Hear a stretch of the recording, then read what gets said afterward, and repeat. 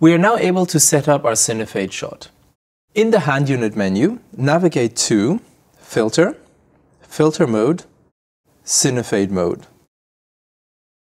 The VariND will automatically set to its position of maximum light transmission, where it swallows exactly 1.5 stops of light, which is around an ND 0.4. Load a lens from your saved lenses by navigating to Lens, Load, and select the lens.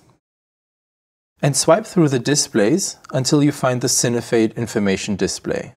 Double check that the current iris value corresponds to the t-stop marking on the lens. If they don't, you may have to change the motor direction in the menu. Now let's set up a Cinefade shot. First of all, set your exposure using the iris slider. Once you're happy with your exposure, for example, here at a T11, that position becomes the start position and the position of deepest depth of field. Hit the user button 2 to activate the Cinefade mode.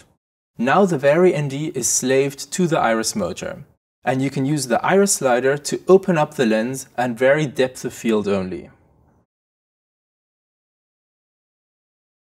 If light conditions change, use the user button 1 and 3 to change the Cinefade start position. User button 3 changes the start position by -1/3 of a stop, so you're opening up the lens from a T11 to a T8 and 2/3. Alternatively, exit Cinefade mode by pressing user button 2 again to regain exposure control on the iris slider and find your new exposure setting and Cinefade start position. This time at a T8, press the user button 2 again to activate Cinefade mode and use the iris slider to open up the lens. When closing the lens down past the start position, the image will become darker because the variable ND filter is at the position of maximum light transmission. To avoid this from happening, set slider limits.